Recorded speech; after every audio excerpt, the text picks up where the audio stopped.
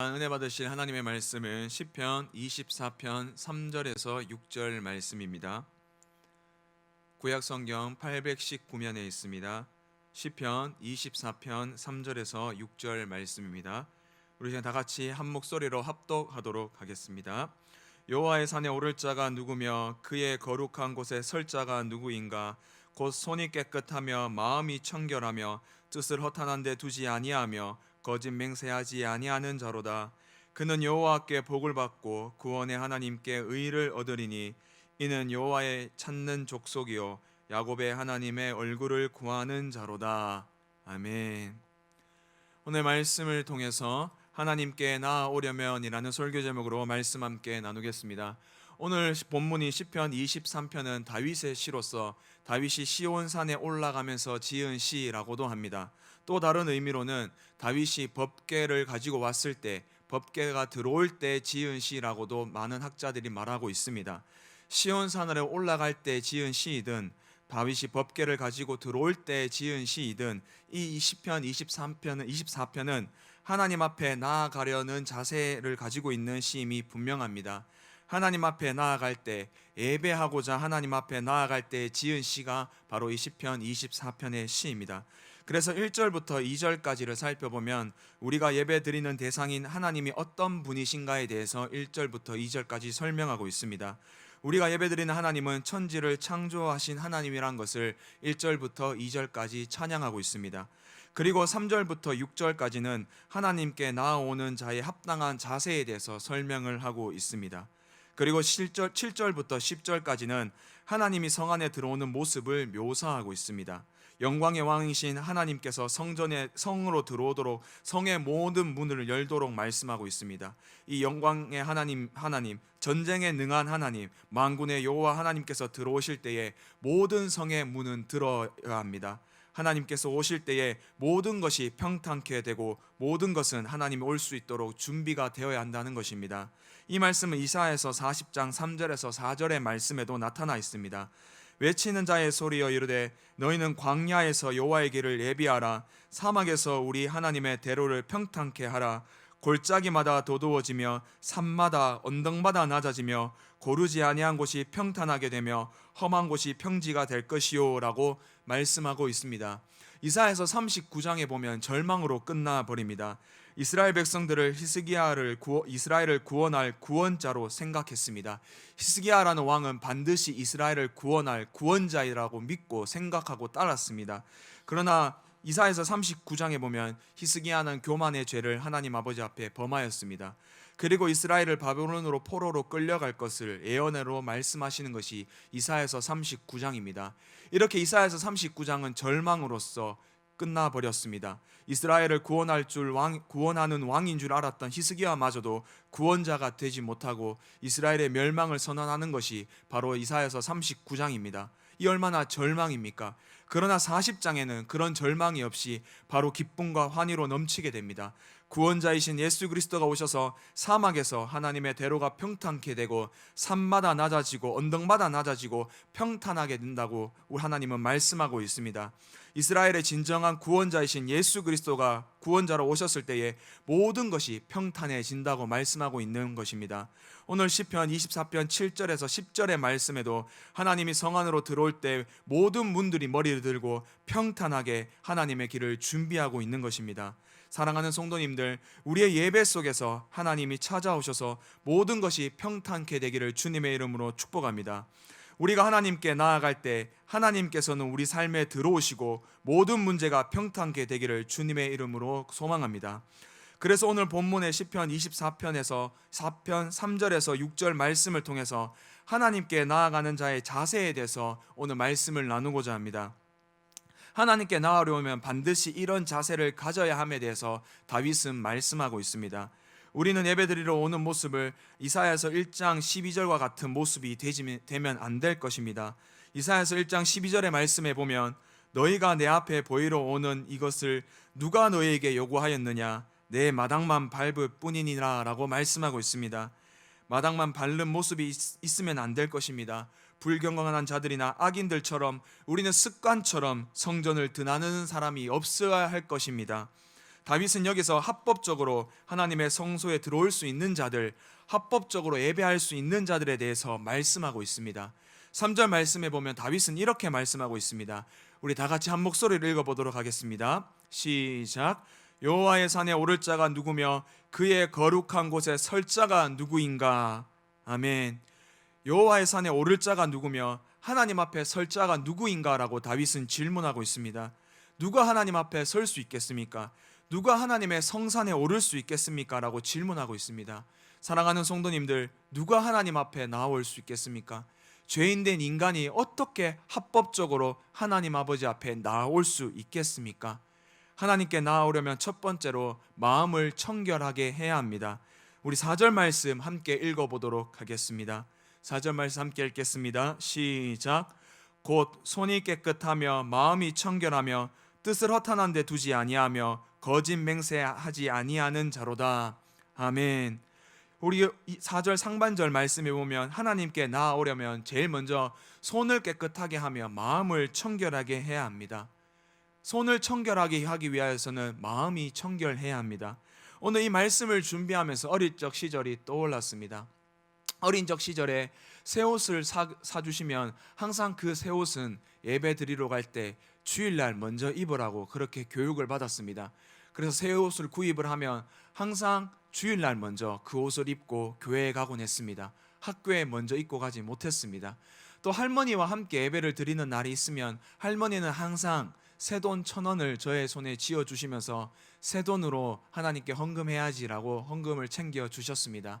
이렇게 저는 어릴 때 새 옷을 입고 교회를 가고 새 돈을 가지고 헌금을 하는 초등학교 시절을 보냈습니다. 그런데 중고등학생이 되고 중학교가 되고 고등학교가 된 중고등학교 시절에는 이런 생각을 했습니다. 왜 반바지를 입고 교회 가지 못할까? 왜 슬리퍼를 신고 교회 가지 못할까? 우리 중고등부 학생들은 지금도 그런 생각할 것 같습니다. 아니 왜 그거 입으면 안 되지? 왜 항상 옷을 그렇게만 입어야 되지라고 생각한 적이 있습니다. 그래서 목사님한테 목사님 왜 옷을 그렇게만 입어야 합니까? 라고 말씀과 질문을 드리면 목사님들은 항상 이렇게 대답했습니다. 어디 하나님 앞에서 그런 차림으로 예배를 드리냐고 혼내셨습니다. 아무런 질문에 대답이 없으시고 그냥 혼만 내셨습니다. 그러면 당연히 저는 이렇게 생각했습니다. 나의 최상의 차림이 반바지고 내가 가장 예뻐하는 것이 슬리퍼인데 내가 가장 예뻐하고 가장 예쁜 슬리퍼를 신고 예배 드리면 되지 않을까? 라는 의문을 가지고 예배를 드리면서 그렇게 입지는 못했습니다. 우리 중고등부 학생들도 이런 생각을 해본 걸로 저는 생각이 됩니다. 그런데 이게 시간이 지나고 어른이 되면 점점 이 생각이 그냥 자연스럽게 사라집니다. 그냥 철이 든 거겠죠. 지금은 절대로 하나님 앞에 나올 때 슬리퍼 신고 반바지 입고 예배 드리고 싶지는 않습니다. 가장 아름다운 모습으로 예배를 드리고 싶어 하는 것이 저의 마음입니다. 아직 우리 중고등부 학생들이 이해하지 못하겠지만 그런 마음이 우리 성도님들과 저의 마음인 줄 믿습니다. 그런데 사랑하는 성도님들, 우리의 복장은 그렇게 아름답게 하셔서 오시는데 마음은 어떠하십니까? 마음도 정말 아름답게 하나님 아버지 앞에 나오고 계십니까? 만약 우리가 중고등부 학생들보다 복장은 더 아름다우나 그 마음이 순결하지 못하고 더 아름답지 않다면 그것이 더 문제가 있는 것은 아닐까요? 복장보다 더 아름답고 청결하게 하는 것이 바로 마음인 줄 믿습니다.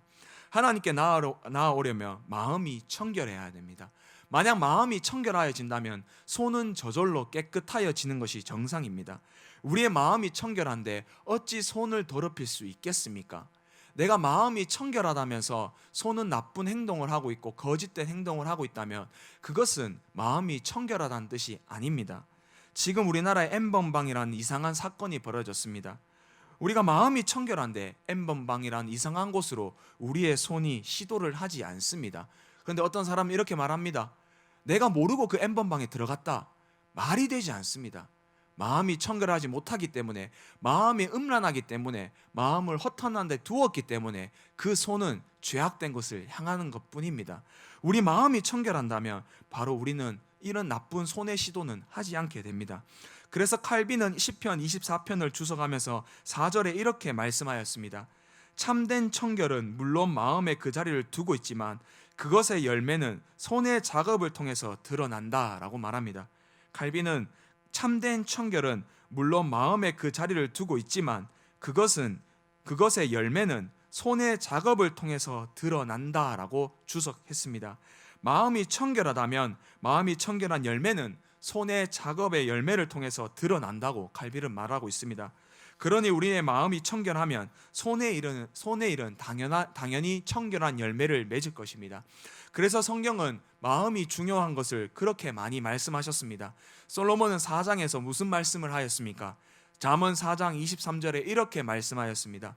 모든 지킬 만한 것 중에 더욱 내 마음을 지키라. 생명의 근원이 이에서 남이니라 라고 솔로몬은 말했습니다.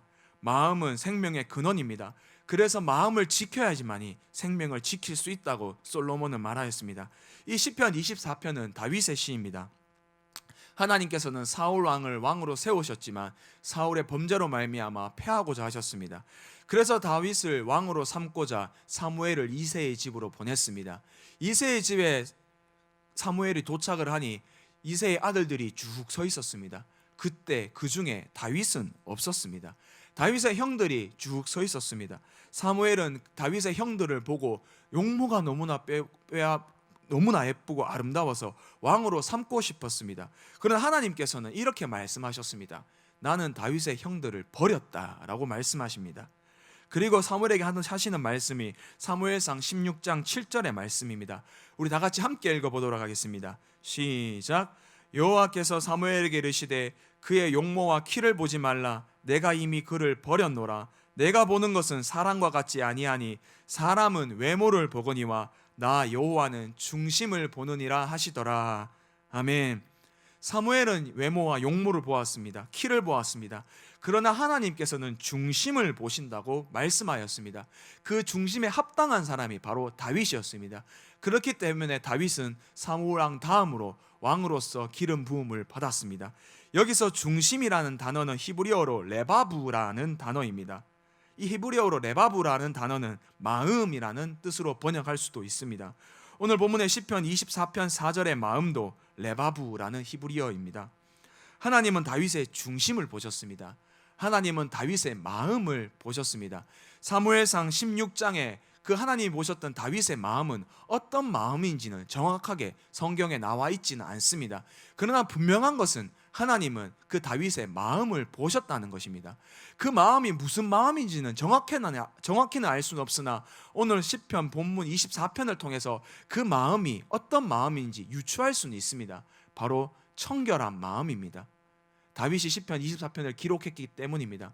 하나님이 원하시는 마음은 그 청결한 마음입니다.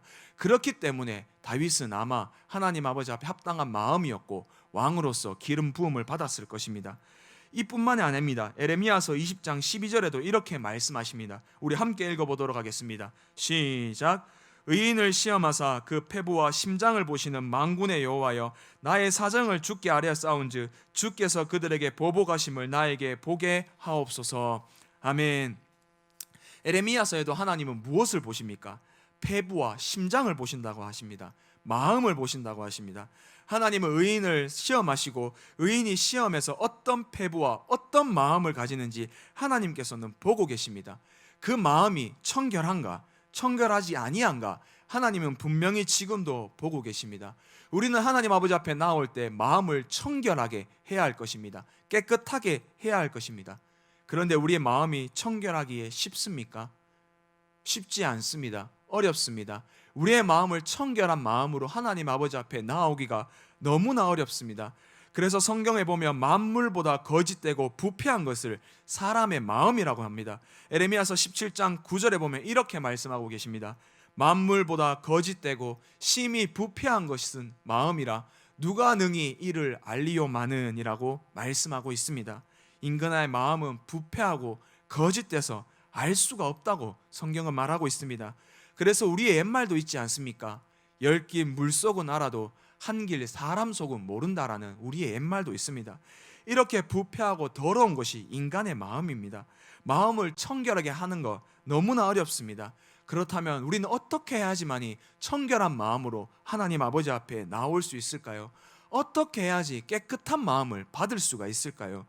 그 답은 깨끗한 마음을 가지고 계신 예수님께 소망을 두어야 합니다.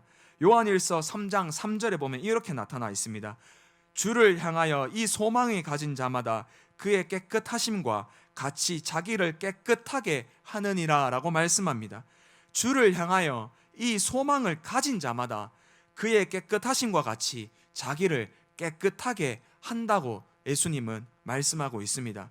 예수님을 향한 이 소망을 가진 자는 예수님과 같이 우리는 깨끗하여진다라고 말씀하고 있습니다.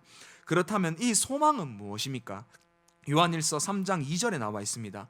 우리 요한일서 3장 2절 말씀 다 함께 읽어보도록 하겠습니다. 시작. 사랑하는 자들아, 우리가 지금은 하나님의 자녀라. 장래에 어떻게 될지는 아직 나타나지 아니하였으나 그가 나타나시면 우리가 그와 같을 줄 아는 것은 그의 참 모습을 그대로 볼 것이기 때문이니 라고 말씀하고 계십니다. 예수님이 오시면 우리가 예수님을 볼 것이라는 그것을 소망하라라고 말씀하고 있습니다. 우리가 지금 예수님이 보이진 않지만 예수님이 오시면 반드시 우리가 예수님을 볼 것입니다. 그 소망을 가지라고 말씀하고 있고, 그 소망을 가진 자는 예수님처럼 깨끗하여진다라고 말씀하고 있습니다. 사랑하는 성도님들, 우리는 우리의 힘으로 우리의 마음을 깨끗하게 청결하게 절대 하지 못합니다. 예수 그리스도의 깨끗함이 우리에게 와야지만이 우리는 깨끗할 수 있습니다. 그렇기 때문에 장차 오실 우리가 함께 볼 그 예수님을 우리는 마음에 소망해야 합니다.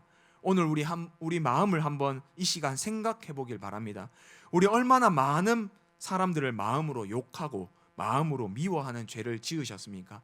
예수님께서는 말씀하셨습니다. 간음하는 행위뿐만 아니라 간음 생각하는 것조차 죄라고 예수님은 말씀하셨습니다. 이런 마음으로 가지고 있는데 우리가 청결할 수 있습니까? 절대 그러지 못합니다. 우리는 하루에도 수십 번씩 어떤 사람을 욕하고 하루에 수십 번씩 저 사람을 정죄하고 그 사람을 비판하고 그 사람에게 어떻게 하면 내가 그 사람보다 나을지 생각하고 있는 것이 이런 우리의 부패한 마음입니다. 절대 우리의 마음은 우리 스스로 깨끗하게 할 수 없습니다.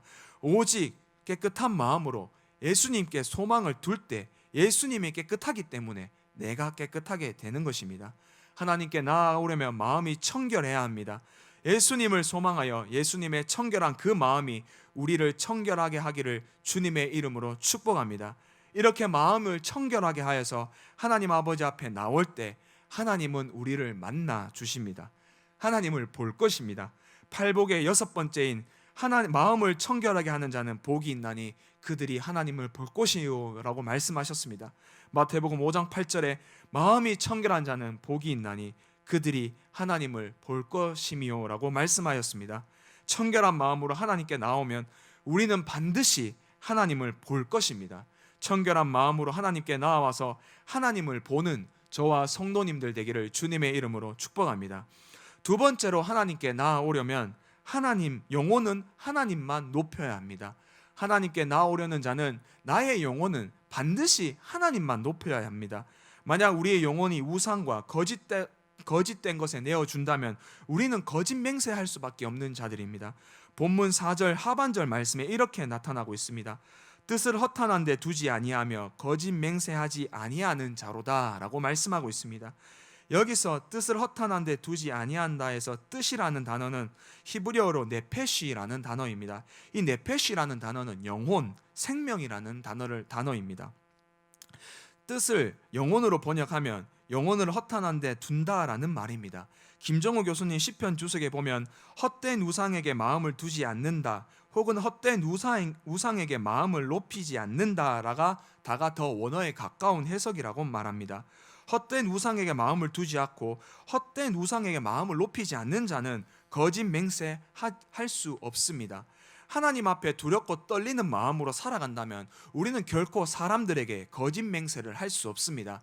하나님을 두렵고 떨리는 마음으로 믿지 않기 때문에 우리는 옆에 사람들에게 거짓 맹세를 하는 것입니다. 따라서 거짓 맹세를 하지 않으려면 영혼을 우상에게 내어주면 안 됩니다. 하나님께 나아오려면 우리는 당연히 영혼을 우상에게 내어주면 안 될 것입니다. 우리 사랑하는 성도님들, 우리 영혼은 우상에게 내어준 것이 아니라 하나님께 향하였음을 믿습니다.